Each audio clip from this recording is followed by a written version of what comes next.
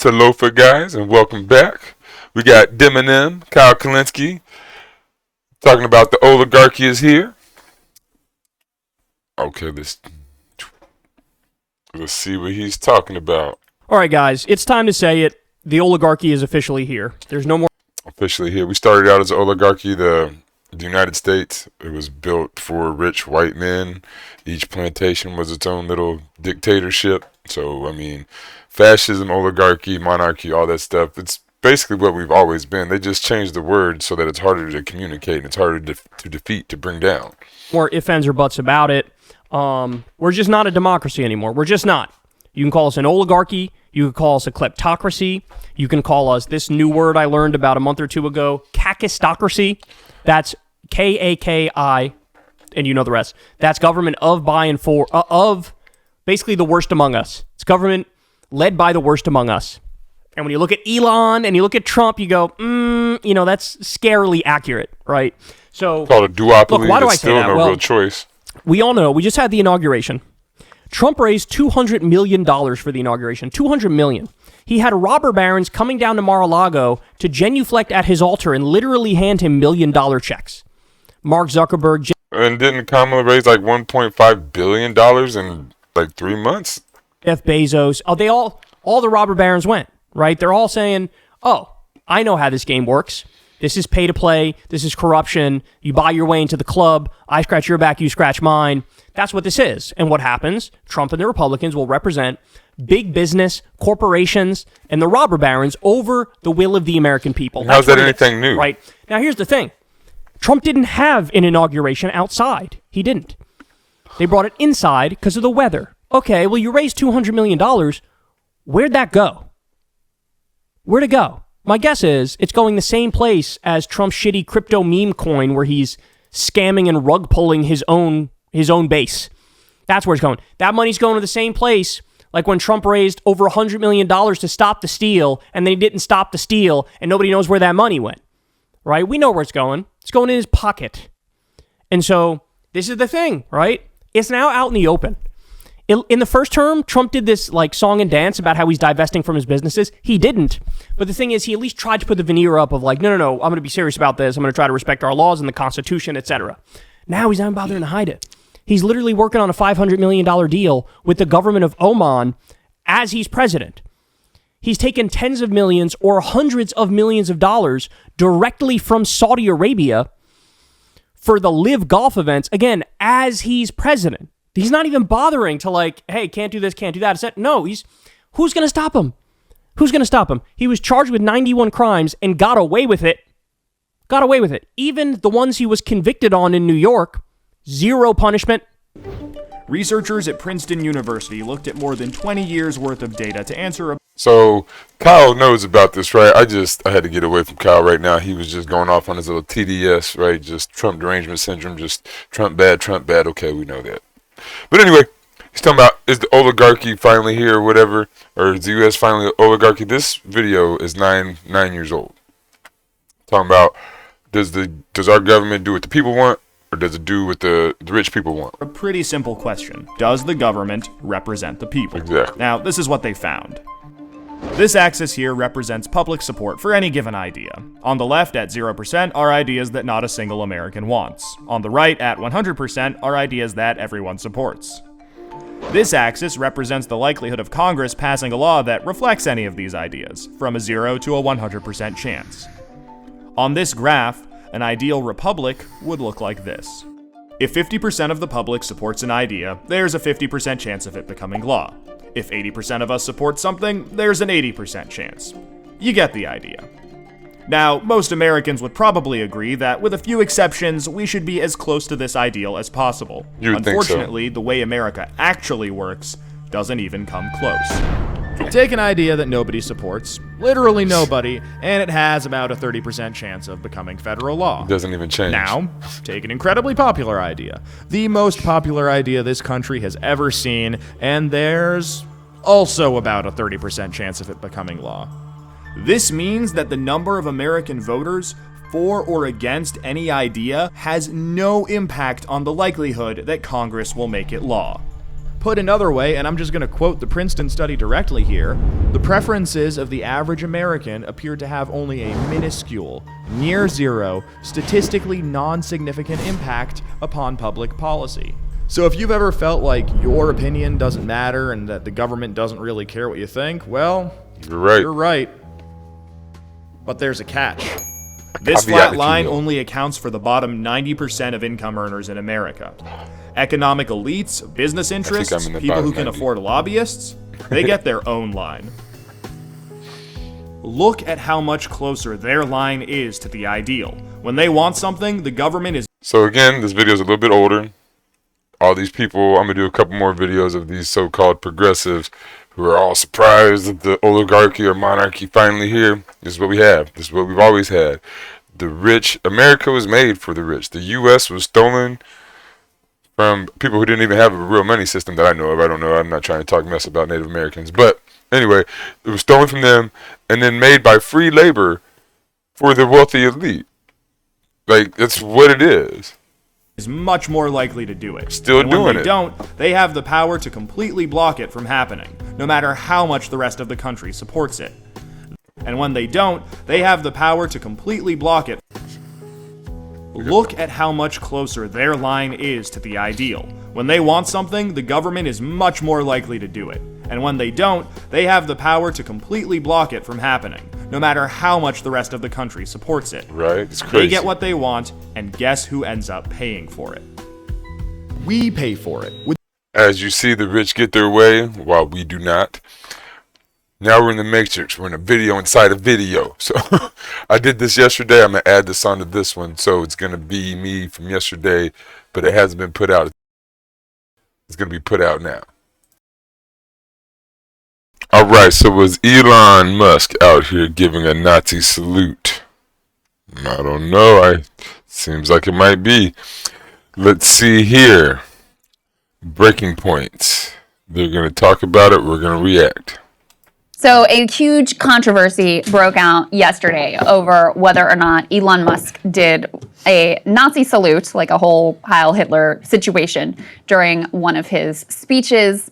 The explanations, we'll show you the video. Before I give you the explanations, and Sagar will give you his explanation, I want you guys to be able to see the video for yourselves, let's play it.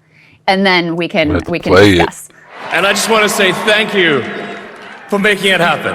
Thank you. Such an awkward dude. So that's it. So immediately people were like, that looks like a Nazi salute. You don't think so? Okay, if every time someone raises their hand like that, is it a Nazi salute? It comes down to intention. Yes. Do we believe that Elon Musk is a literal Nazi who is intentionally Sieg Heiling? Or do we have a high-functioning autistic weirdo who, if you watch the full video, is spastically dancing like this on stage and unable to control all of his movements, and also did some weird, like, my heart is with you type gesture? Which of those two things do you think is more accurate? I don't think it takes a genius to figure this out. Well, so that's why the controversy over this is so 2017 to me. Like, oh, you did it. It's like whenever this was supposed to be racist. Do you remember that? And people were like, oh, this is right. Okay, go ahead and screen grab it. Call me a racist. I don't fucking care. This stuff is stupid. It's 2025. We've been through all of this. I mean, of course it can mean okay, but if you're trying to be racist with it, that's what a dog whistle is. That's why racists do that. They make regular things racist things, so it's called, like a dog whistle, only dogs can hear it, right? So only racists can hear it. They do it on purpose so they can kind of pass messages or whatever, you know. I find this whole thing exhausting. Like, I would be. Are we saying Elon is a Nazi? Yeah, but I mean, I would be more inclined to give him the benefit of the doubt if he didn't. My Twitter timeline after he took over is like, and I think you would agree, filled with literal Nazis, who he occasionally, not that infrequently, makes a point of agreeing with and elevating. Backs the AfD in Germany. Okay, AfD is not Nazi. It's a legitimate. So are you saying that all the people who voted for AfD are Nazis in Germany? Like, they're a political party in Germany. They're not Nazis. Hitler ran in a political party in Germany. They turned out to be Nazis. Like, what are you saying? You're like, you can't do what's been done? What? Like, that's a terrible argument, Sagar. Come on now. I'm just saying, Sagar, Yeah. in terms That's of what- like no, but these plausible terms have deniability, meaning. that is the most. Yes, real- terms have meaning. Let's look up some terms real quick. Okay, we got fascism here. Fascism is a far-right form of government in which most of the country's power is held by one ruler or a small group under a single party. Fascist governments are usually totalitarian and authoritarian one-party states. So, like they said, everybody, it was Mark Zuckerberg, Elon, Jeff Bezos, and I forget who the fourth one was, but the four richest people or whatever went to the inauguration, were up front and whatnot, and the Trump people got left out in the cold, the regular people. That's the few, okay? So, one ruler or a small group. There's never one ruler. It's always a small group. That's where they kind of throw you off a bit. There's never going to be, even Xi Jinping, Mao, Stalin, it was a small group. There was no one ruler. And so we got fascism here. Let's see. Traits. Fascism is a far-right, authoritarian, ultra-nationalistic, MAGA, political ideology and movement characterized by a dictatorial leader, centralized autocracy, militarism, which we're big on that, forcible suppression or of oppression, which we're big on, opposition, forcible suppression of opposition, which we're big on that, belief in natural social hierarchy, we're big on that. That's what the U.S. has been up until DEI. It was just white men ruling shit, right? So there was the social natural hierarchy. Subordination of individual interests for the perceived. Oh, I guess I got to open that up. For the perceived whatever. I don't know. Let's see. Fascism is for the only liberty which can be a serious thing, the liberty of the state and the individual, liberty of the state and of the individual in the state. Therefore, the fascist everything is in the state and no human or spiritual thing exists or has any sort of value outside the state. America first, right? It's all about America. So yeah, fascism is a lot of Trumpism, there's a lot of, but America's been fascist since the beginning, right?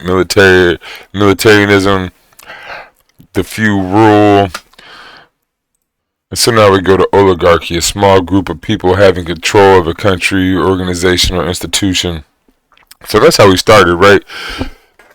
Oligarchy is a form of government in which power rests with a small number of people. These people may or may not be distinguished by one or several characteristics such as nobility, fame, wealth, education, or corporate, religious, political, or military control. So that's the U.S., right? It was plantations at one time. The few ruled the many. Then it went to businesses, different types of organizations. Right now, the few rule the many. Oligarchy, fascism, same thing. So now we got capitalism. Capitalism is an economic system where private individuals and businesses own the means of production and operate them for profit. In a capitalist system, prices and the distribution of goods are determined by supply and demand in a free market. So now we know that last sentence is a lie, right? But an economic system where private individuals, a small group, and businesses own the means of production. So yes, like Jeff Bezos or Amazon, Mark Zuckerberg, there's a small group of people. So what I want you to do is understand that there's a theme here, right? You got, what was it? Oligarchy, fascism, and now capitalism. All the same thing. I think there's maybe one or two. Monopoly. And so monopoly is like fascism where people think there's a dictator. There's rarely one business that runs everything of a thing. So here we have monopoly as a market a monopoly is a market structure where a single entity is the only supplier of a product or service. Monopolies can be found in many industries, including transportation, utilities, and natural resources. Now, utilities is kind of one of the ones that you can find a monopoly in but it's in each city, right? Each city has its own, water plant or electric plant or whatnot. So those are kind of monopolies, but there's city monopolies, and you have a whole bunch of them throughout the United States, depending on, and other countries do how they do. Monopolies can be found in many other industries. So transportation, so that's more of the thing, right? A monopoly is not where a single entity is the only supplier, but like saying when you get on an airplane, there's 5, maybe 10. So it's not necessarily a monopoly. It's a small group, again, like fascism. It's not a dictator. It's a small group. So like on phones we have AT&T, Sprint. I don't even know which ones are still there, but it's a small group. And so like now apps, when you want to make a new Facebook or a new social media app, the whole goal is to make an app that blows up real fast and gets bought up by Facebook. You don't even want the app to really do stuff. You want to get bought up. So, but we're going to get back to Sagar and Crystal. Kleptocracy is another term. The right makes so many terms that it just makes it hard to communicate, confusing to communicate. But we're going to get back to Sagar and Crystal. That is the most reactionary party in Germany. Part of it, what? a wing of it, is actually banned because of their extremism tied to neo-Nazi movements. That's also because they have insane laws on the books. So when you talk about, you said, okay. But it's really weird that Sagar would act like a party in Germany couldn't be Nazi. AFD in Germany. Okay, AFD is not Nazi. It's a legitimate. So are you saying that all the people who voted for AFD are Nazis in Germany? AFD is not Nazi. They're literally Nazi. Yeah. I mean, I would be more inclined to give him the benefit of the doubt if he didn't. My Twitter timeline after he took over is and I think you would agree, filled with literal Nazis who he occasionally, not that infrequently, makes a point of agreeing with and elevating. Backs the AFD in Germany. Okay, AFD is not Nazi. It's a legitimate. So are you saying that all the people who voted for AFD are Nazis in Germany? I'm just saying, Sagar, in terms of plausible denial. So are all the people that voted for Hitler in Germany, were they all Nazis? And you know what? The answer is no. I bet they weren't all Nazis. I bet they didn't all believe what he was saying. But they voted for him. And it was a legitimate party in Germany. I'm not trying to pick out Germany specifically, because we have two parties, kind of a one-party, two-party deal that are pretty fascistic in America, the U.S., but they're legitimate parties, and just because you are what they call a legitimate party doesn't mean you can't be fascistic or Nazi. That is the most reactionary party in Germany. Part of it, a wing of it, is actually banned because of their extremism tied to neo-Nazi movements. That's also because they have insane laws on the books. So when you talk about, you said, okay, it comes down to intent. True. Yeah.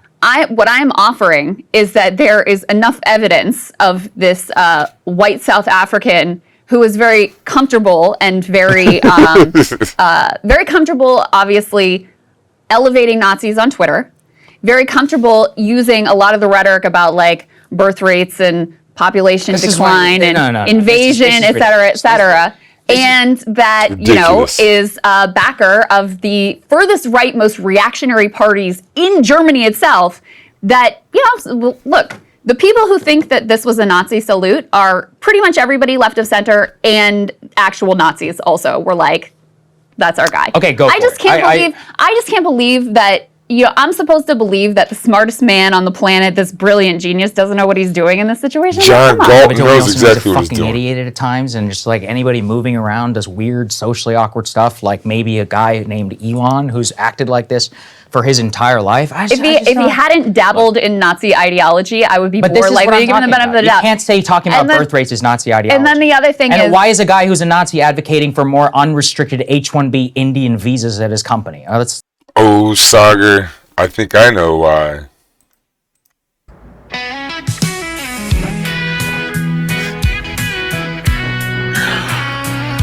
You thought you'd keep at this job for life, but times have changed and so's the price. You want the perks, you want the rest, but I don't pay for second best. They'll take the grind, they'll work the load, they sign the deal, they crack the code, while you sit back demanding more. They've walked right in and locked the door. Fuck your feelings, cash is king. Cheaper hands will do the thing. You're not special, you hit the ceiling. Now suck it up. Fuck your feelings. Look at him sitting on his money, amount of cash. You wrote the lines, you built the dream, but now your cost is breaking seams. They don't complain, they don't resist. They do the job without all the lift. Your worth is gone, the math is clear.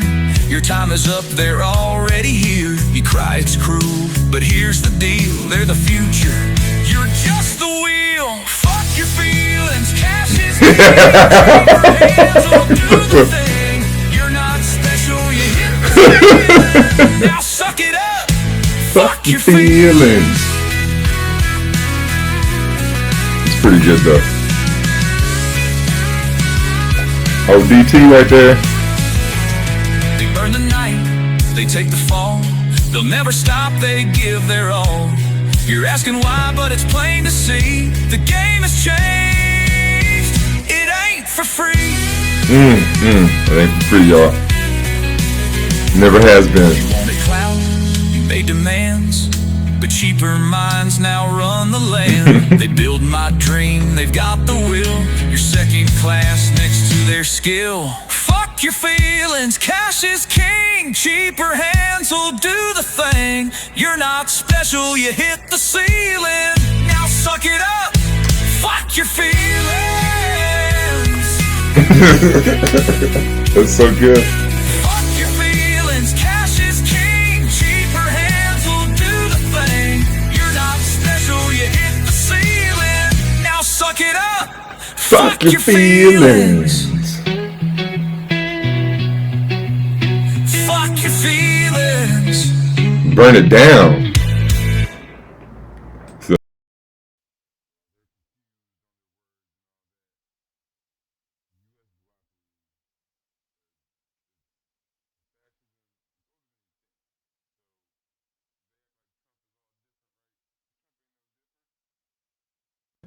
My policies are so mainstream that, you know, if I had said the same policies that I have back in the 1980s, I'd be considered a moderate Republican.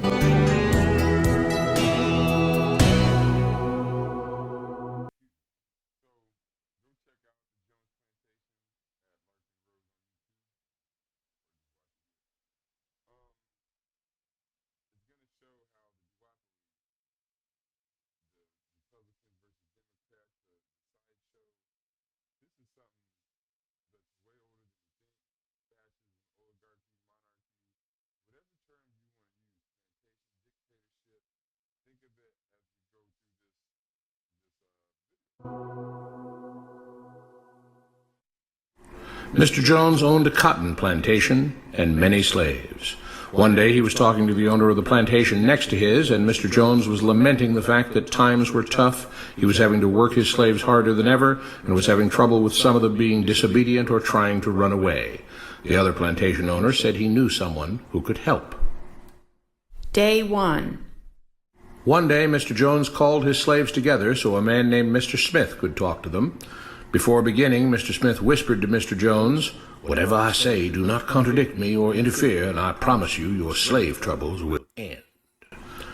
"My name is Mr. Smith," he said to the slaves, "and this may be the happiest day of your lives. From today forward, you will no longer be slaves, but free men."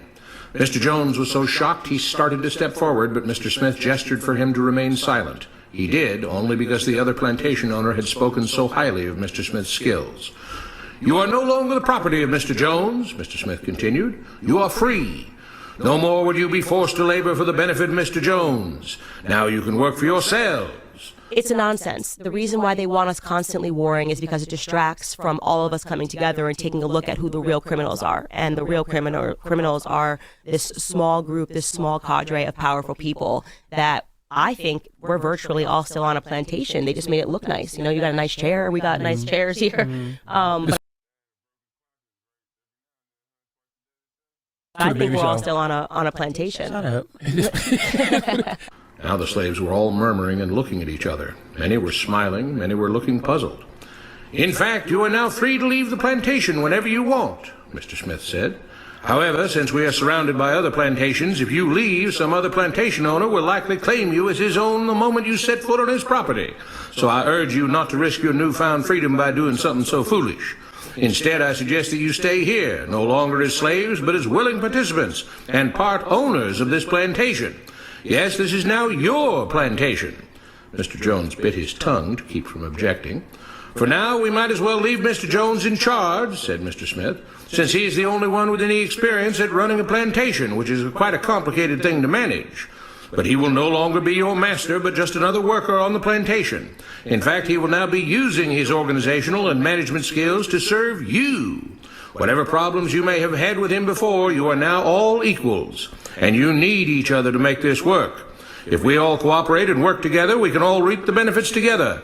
In honor of this happy occasion, I present you this new symbol of togetherness and cooperation, this flag, which shall be the emblem of the new, free Jones plantation." He held up the new flag, but most of those listening were still too amazed to respond. "And this shall be our motto," Mr. Smith announced. "We work together as free men for our mutual benefit, pledging our allegiance to the Jones plantation, which stands for prosperity, liberty, and justice for all. To celebrate, everyone has the rest of the day off. Enjoy your freedom, do as you please, and be back here tomorrow morning, bright and early, so that we may begin work on this great and noble new endeavor as equal free men." Finally convinced that Mr. Smith was serious, the former slaves applauded and cheered. Day 2. "We all want this plantation to do well," Mr. Smith said at the beginning of the next meeting, "so we can all share in the benefits. We all know that it takes a lot of effort to make a cotton plantation work. Just because you're all free doesn't mean you can stop working. In fact, since you're now working for yourselves, I expect you to work even harder than ever before, but now with pride and joy, knowing that you're working for yourselves. Of course, there still have to be rules. If everyone just does whatever he wants, the plantation won't produce anything. This experiment will fail and we'll all starve. You should be thankful that Mr. Jones has agreed to stay on to lend his knowledge and skills to this endeavor, and I trust you will all do your own part to make this work. Several of you have been chosen to act as project supervisors to manage different aspects of the operation, to make sure everyone is doing his assigned job, to make sure that the rules are followed, and so on.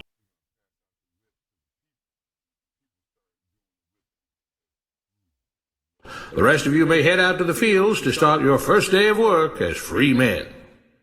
Day 3.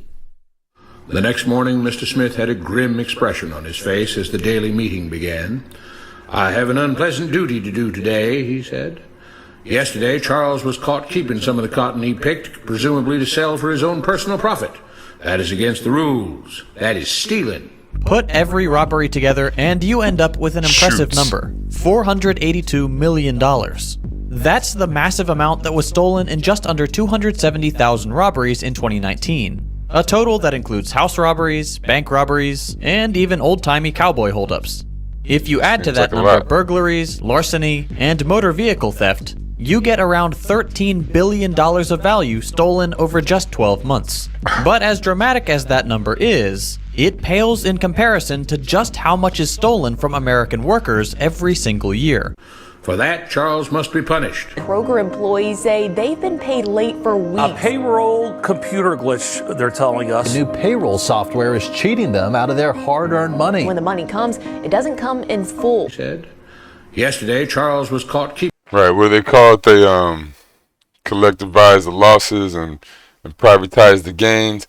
So it's okay if they do it, they can cheat the worker, but if the worker tries to keep a little bit of cotton or whatever, in whatever case, they're going to get a severe penalty, where if the business or the owner does the same thing, they get a small penalty, they get a slap on the wrist, Keeping some of the cotton he picked, presumably to sell for his own personal profit. That is against the rules. That is stealing. For that, Charles must be punished. Two men tied Charles to the whipping post. I take no joy in this, Mr. Smith continued, but you must understand, if we do not maintain order, if we do not have rules that we all abide by, then the plantation will fail, and we will all suffer. The whip cracked against Charles' back. But if we all pitch in for the common good, then we can all prosper. Being free doesn't mean you should be selfish and greedy. We must each do our assigned duties and obey the rules, and then we can all benefit. Y'all. And each of you will receive your appropriate share of the profits. Y'all benefit, really? A young man named Samuel stepped forward. But if you and Mr. Jones decide the rules and whip us if we disobey, how is that any different from what we had before? Ooh. How can you say that? Mr. Smith asked. I'm shocked. You were a slave before, and now you're free. Things still need to be managed and organized by those best qualified to do so. Do you know how to run a plantation, Samuel? Well, no. Best qualified to do so. Your boy had 6 bankruptcies. How is he the best qualified? This is not a meritocracy. It's still like it was on the plantation. He was not the best qualified to Mr. Jones or whatever. He's not the best qualified to do anything. He's the best qualified to whip a brother. Like, that's about it. He answered. But if we're free, why do we get no say in what the rules are and how things work? I'm surprised at your ingratitude, Mr. Smith answered. None of you know how a plantation is run, so you're in no position to be making decisions about how things are done here. You don't seem to appreciate all the things that Mr. Jones provides for you, from protecting you from all the outside threats that you know nothing about, those who would come here, capture and enslave you, if not for Mr. Jones. Not just the police state, but the military industrial complex, right? All these, the China, the Russia, the now it's the Mexican cartels and all this stuff, like just the police state, they're protecting ourselves, from our neighbors and stuff, and then the military industrial complex are protecting us from the rest of the world when they try to knock down TikTok, and then everybody went to Red Book and found out that Chinese people are just people too. Protection, to making sure that you all have food and housing, tools to work with, that you're cared for when sick and injured, and so on. There wouldn't be a plantation at all, no cotton to pick, no land to plant and harvest, if not for him. You should be grateful that he's made possible the level of comfort you now have. Trump. Your lives would be far worse if not for him. Nevertheless, Elon Musk, free and equal they give you participants jobs. From now on, at each meeting, any worker may have 2 minutes to ask questions or voice suggestions or complaints. Minutos. With that, the workers all seemed satisfied and headed out again to the fields to pick the cotton. To pick the cotton. Day 4. I have a big announcement, Mr. Smith said as the daily meeting began. Duopoly Mr. Jones' cousin is here, and not just to visit and see how our project is coming along. It has been decided that from now on, you will be deciding who will manage the plantation. Of course, this job can't be done by just anyone, but every 3 months we will have a special meeting at which all the workers will vote on whether we think Mr. Jones should run the plantation or whether we think his cousin, Mr. Johnson, should run the plantation. About. You want the Republican that means that ultimately or the Democrat? You are in charge because you will be deciding which man you want running things on your behalf. If you don't like the way things are being managed, you now have the power to change it. Amazed and pleased, the workers headed out again to the fields to pick the cotton. Stockholm syndrome, y'all. The West, capitalism, this is all just Stockholm syndrome. Like, they make you fall in love with your captor. That's their whole goal. Days passed, months passed, a year passed, and the plantation continued to operate as before. Sometimes Mr. Jones was in charge, sometimes Mr. Johnson was in charge, but the day-to-day routine stayed exactly the same. The workers worked hard, long hours every day, and still had little to show for it. Every day the meeting would begin with them all reciting the Jones Plantation motto, "We work together as free men for our mutual benefit, pledging our allegiance to the Jones Plantation, which stands for prosperity, liberty, and justice for all." Oh, yeah. One day Mr. Smith announced, Samuel familiar? Is asked to say a few words this morning, and whatever the rest of us may think of his ideas and opinions, we are all free here, and that means we are all allowed to speak our minds. So, Samuel, you have 2 minutes. Begin. Samuel stepped forward, looking scared. "I was excited when all this started," he began, glancing nervously at Mr. Smith and Mr. Jones. "But don't you all see what's happened here? Nothing has changed. We're all still slaves." There were grumbles of disagreement from the crowd. "They tell us what to do and whip us if we don't. They still make all the rules and punish us if we disobey. They let us make suggestions and complain about things, but they never really change anything. They let us choose between Mr. Jones and Mr. Johnson, but what's the difference? Right, The Democrat, situation Republican. stays the same. We do all of the work, and they take as much as they want and decide how much they'll let us keep. Sound familiar? They live in luxury, made rich by the cotton we Who's these pick. people? We do all the work and have to build our own huts, grow our own food, and take care of ourselves. Who are these people? They leave us just enough that we don't revolt or run away. This is not freedom. We're all still slaves. They've only changed the words they use, but nothing else has changed. They say we're all free and equal, but we're not. They command and we obey. That's not freedom. That's not equality. They say we're free to leave, but all that means is that we're free to be someone else's slave. Why should we work or obey the rules? We didn't agree. You're free to quit. You just got to go to some other job so you can get your health care. You still the same thing. Same thing. Pay attention. They made the system. They forced it on us. They control and rob us and call it freedom. They've deceived you into thinking that being able to choose which slave master you'll work for is the same as being free. It's not. Open your eyes. If you keep what you produce, they call it stealing. When they take what you produce, they call it sharing and fair distribution. Can't you see that this is all? Your time is up, Samuel, Mr. Smith announced calmly. At his gesture, two supervisors grabbed Samuel by the arms and led him to the whipping post. I'm sorry, Samuel, but you've broken the rules. There are rules against encouraging others not to work and encouraging others to break the rules. You're only hurting all of us with your discontentment and your complaining and your disobedience. The whip fell and Samuel let out a grunt. Without rules, without order, all would be lost. Without law, there would be chaos. We can't just behave as wild animals, each doing whatever he pleases. We must all follow the plan and all do our duty for the betterment of everyone. And those who do not must be punished. The whip fell again and blood flowed freely from Samuel's back. Samuel, it is you who are stealing from the others. When you don't do your assigned work, you are making more work for others. When you disobey the rules, it is you who are endangering the future of everyone else here. You are the thief. You are the criminal. You are the one trying to destroy the arrangement that keeps us all safe and prosperous. That's what they tell the people, the regular people who are just trying to live. The other workers cheered louder and louder, some yelling curses at Samuel. Being spoiled and selfish, you complain about everything, talking as if you're oppressed. But you are the one ruining things. You are the one keeping us from being all we could be. See, right? They've been getting us mad at each other, looking at the people that are just like us, rather than looking at them, the owners, the runners of the capitalism, the Elon Musk, the Jeff Bezos. See, they got us worshiping them, right? Elon Musk got so many fanboys. Trump got so many fanboys. All of them. Oh, they're rich. I want to be like them. All right. Everybody wants to be so rich that they don't have to worry about capitalism. That's the whole goal of capitalism, is not have to deal with this BS. So, yeah, again, it got you looking at the Mexicans, the migrants, the trans, the whoever's different, the dark people, the short people, the tall people, whatever it is. Oh, you look funny. But you're not looking in the right places. It's very easy to find the right people. Anybody with over $1 billion has too much money, too much power, too much control. And it has more, like I showed you the chart, the graph earlier. We went over the video, right? Whatever you want doesn't matter. 33% of that stuff. And that just happens to be what the rich people want lines up to 33% of what we want. If the rich people, if it was at 20%, or is that 50%? It wouldn't matter about us. It would only matter about the rich people. What they want, we're just at about 30% of their stuff. So that's why we get that number. If what we really wanted was only at 20% of what they want, our line would be lower. It has nothing to do with us. They don't care about us. It just happens to be. But anyway, back to the lecture at hand.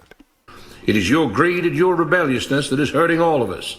They all play by the rules, Mr. Smith said, gesturing at the others. What makes you think that you don't have to? You think you're above the law? Comply or die, guys. Comply or die. Of agreement as the whip fell again. We must maintain order, Mr. Smith proclaimed, to make this plantation great, to make it so that we can all be happy and prosperous. To have the society we want, there have to be rules. We all have to contribute our fair share of this great endeavor, and we cannot tolerate actions and attitudes that seek to undermine the amazing things that together as free men we have achieved and will continue to achieve. Mr. Jones was smiling as he gave Mr. Smith a pat on the back. The crowd was cheering so loudly that none of them had noticed that Samuel had died. So yes, that is a pretty heavy video. Sam dies at the end. But that's how we have it, right? You got, I'm losing the names now, Eric Garner, just shoot, so many names I can't even remember right now, but we got the industrial prison complex. Like, we have more prisoners in jail than any country in the world. Like, that's not supposed to be cool in the freest nation in the world. But as the video that we just watched was a video that I made off another video, and so I'm gonna put one more little piece of that video in here. Shoot, what'd I do? Cancel that. Sorry, guys. Here we go. So I know some or much of this seems all over the place. But one thing I'm trying to do here is to show the complexity of people. I think I was trying to suggest something about the duality of man, sir. The what? The duality of man, the Jungian thing, sir. And still, with our many differences, we are way more the same than we are different. So oligarchy, monarchy, capitalism, whatever, it's all the same. Feudalism even, throw that in there. Got a few running the many. Okay? And so I hope this video helped showed that a little bit. But so as you know, I talk about the Green Party a lot. We need to get away from the duopoly. It's just fascism. It's what it is, right? It's been a long time. All these centrists, all these liberals are acting like, oh, something's new. Trump is doing something new. No, he's not. It's all the same. You got Bush here kissing on Obama and stuff. They're all the Jones plantation, right? So if you ever hear me reference the Jones plantation in any of my videos, now you guys know what's up. So as the Green Party, as the people coming up, this is what's up. This is what we need to do. So I actually, a little bit of a conspiracy theorist at times, I think this is the true reason Tupac got killed. And now listen to what I talk about the Green Party. Listen to this. Oh, I hit the wrong button. Oh, no, I didn't. Here we go. Sorry. You know what I thought when I was in jail? What fucked me up, what turned me like this, is I was like, no politicians is even getting at us. Even though I represent 5 million fucking shares. And no politicians even checking for it. They're not even sending us nothing, trying to make us, they're not even thinking of it. And in business, you know, if you want to fuck with somebody, you try to, they're not even looking at us like that. That means we ain't a threat. But by the next election, I promise, I'm going to be sitting across from all the candidates. I bet you. You know how I be making it? I promise you. I'm not even gonna be. I'm gonna be so far from where I am now in 4 years. God willing, I'm alive.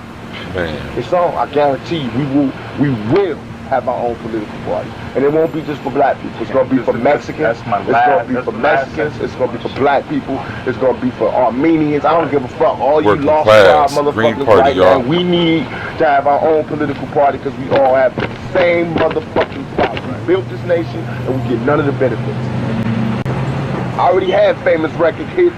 I'm in this shit for the honor and the respect. That's why this shit feels so good. Yeah, it's for the balance, but to be a family, to be known as something, to get this dark cloud off of us as a race. I want to just some kind of sunshine, some kind of exceptional deed. Who knew Tupac was like this? Did you know Tupac was like that? I seen this years and years ago, and actually this is on the video that I made. But yeah, we got to do it. The oligarchy, the duopoly, the fascists, the Joneses, they're not here for us. They're not going to ever help us. They're not going to ever change. They're going to keep their power. We got to change it. And more people would know this if they paid attention to news from across the spectrum.